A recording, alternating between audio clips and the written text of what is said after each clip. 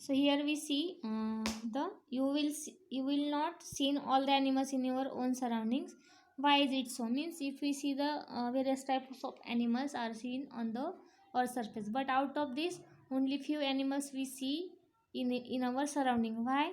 Because some animals live in our human settlements, but some animals live in the dense forest. Okay. Also we see some which are the other animals that you know of but have not seen. Means out of these animals, which animals you know but we didn't see these animals at our settlements, at the human settlement, because that is animals like tiger, lion, deer. Okay. The elephant, monkey, these animals we cannot see. These animals cannot see in our surroundings. These are live in the forest. Okay. So these animals we cannot see in our surrounding. So here, as like these animals, you collect the information about them using the about table. Take the help of website. So this activity can you do for your general knowledge. Okay. You can do this activity for your general knowledge. Find out the name of some animals and find out how they get their food and where do they live. Okay. And also we see some special features in that you found. So by using this website you can find out the various types of information related to that animal. So here we see the next point in your textbook, that is the on your page number 24. So here we see in which by which criteria are used for the classification of animals. So here we see the first criteria for the classification, that is according to the number of cells, that is how many cells are present in the body of that particular animal. So depending upon the number of cells, these are also classified in the unicellular and multicellular organism. So first you have to know what is the unicellular. Unicellular means it contain the body of that animal is made up of only one cell, and multicellular means here the body of animals is made up of number of cells unite together and form a body structure of that animal. So such animals we called multicellular animal. If we see this image, if we here we see the first animal, that is the unicellular. It is the unicellular animal. It is called amoeba, or also the another animals also we see, that is the paramecium. These are included in the unicellular because the body of that animal is made up of only one cell, that is the cell of that amoeba. And if we see the another example, that is this bird. Okay. The body of this bird is made up of number of cells. Okay. Here number of cells unite together and form a organ system, organ, and then organ collect form a organ system. So here in that way the second type of depending upon the number of cell is the multicellular. Okay. So here we see one by one. For this they use us the activity. Which activity they use us? I read this activity. So take a drop of water from a puddle. Puddle means we take a dirty water. During the rainy season, you also see the some water is remain collected in a pit on the road. So you take such type of water, that is the puddle water, and place it on the glass slide. Puddle water means it is a dirty water found in a rainy season. Okay, on the road. So take a drop of such water and place it on a glass slide. Here in the lab you see such type of microscope, and here for this microscope is used for the organism or the objects which is very small in size. Okay. So here you take a puddle drop, okay, water of the puddle, and place this drop on the glass slide and observe it under microscope. We take this slide and put the drop and observe this slide under this microscope.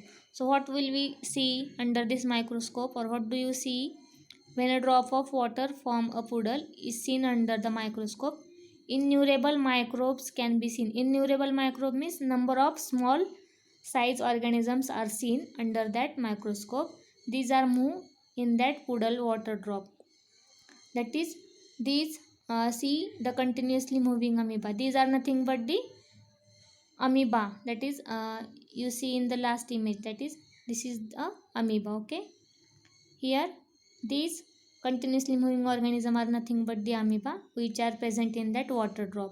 So such like structure is found under the microscope. Okay, so here by doing this activity we can find out innumerable means number of small organisms or microorganisms are found in that water. These are moving continuously in that water, that is these are nothing but the animals but having very small size. So due to the small size we can say that these are the microbes. Microbes means microorganism having very small size. Okay, that is we cannot see by our eyes. So here in that way we see the microbes which are moving in that water. So you will see the continuously moving amoeba. The paramecium is also unicellular organism. So another example we see for the unicellular organism, that is the paramecium. So how paramecium look like? The cell of paramecium is look like this. Okay, this is the example of unicellular organism. So here you know about the two examples of the unicellular organism. Which are they? First one is amoeba and second one is a paramecium. Okay, these are the example of this unicellular organism. So you remember these examples. Okay, so here amoeba and paramecium are unicellular organism because body is made up of only one cell. It is the cell structure. Okay, it is only one cell, so it is called unicellular organism. Okay, so here we continue our next question, that is can you tell what is the chain of bones in the center of our back called? So here we know in our back we see the bones are arranged in a chain. One upon one there are a chain of bones are placed at the in the center of our back. So what is it? What is the word for this? So these are the vertebrates, vertebral column. Okay, vertebral column means there is a bones are arranged in a vertical direction in our body part at the place of that is the back. Okay, so here depending upon that vertebrates or these bones, animals are also classified in the two ways, that is the vertebrates and invertebrates. Okay, so animal with a vertebral column and those without it form two groups are known as vertebrates and invertebrates.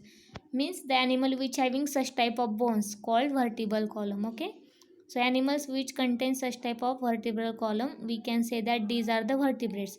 And if these some animals which doesn't contains such type of vertebral column we call that these are the invertebrates. Okay, so here we see one by one the next classification according to the vertebral column. So first you have to know what is the vertebral column.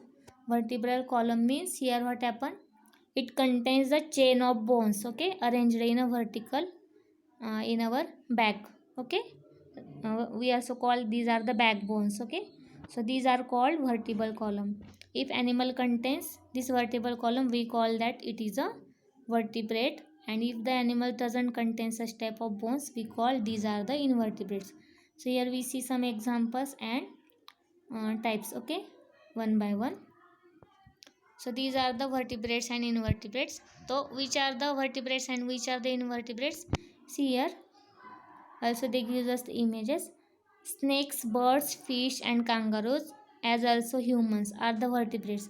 So which animals contains vertebrates? That is the snake. Okay, snake, birds, fish and kangaroo, these are the vertebrates animal. Also the human beings are called vertebrate animals.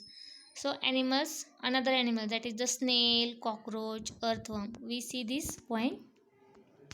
Which point we see? That is this para. Okay, here you find out the examples of vertebrates and invertebrates animals. So invertebrates animals which are they? Snakes, birds, fish and kangaroos, these are the vertebrates. But the other animals, that is snails, cockroaches, earthworms, they do not have vertebral column, so these are called invertebrates animal. So here you remember that the names of vertebrate and invertebrate animals. Okay, so depending upon that column, vertebrate column, these are classified into two types, that is the vertebrates and invertebrates. Here also we see the examples of such animals. Okay, so here we see the two types, that is first type is depending upon the cell numbers and second type is depending upon the presence of vertebral column. And here the next type is depending upon the type of reproduction. So here we stop today. We continue this point in the next lecture. Okay, so today stop here. Have a good day. Thank you.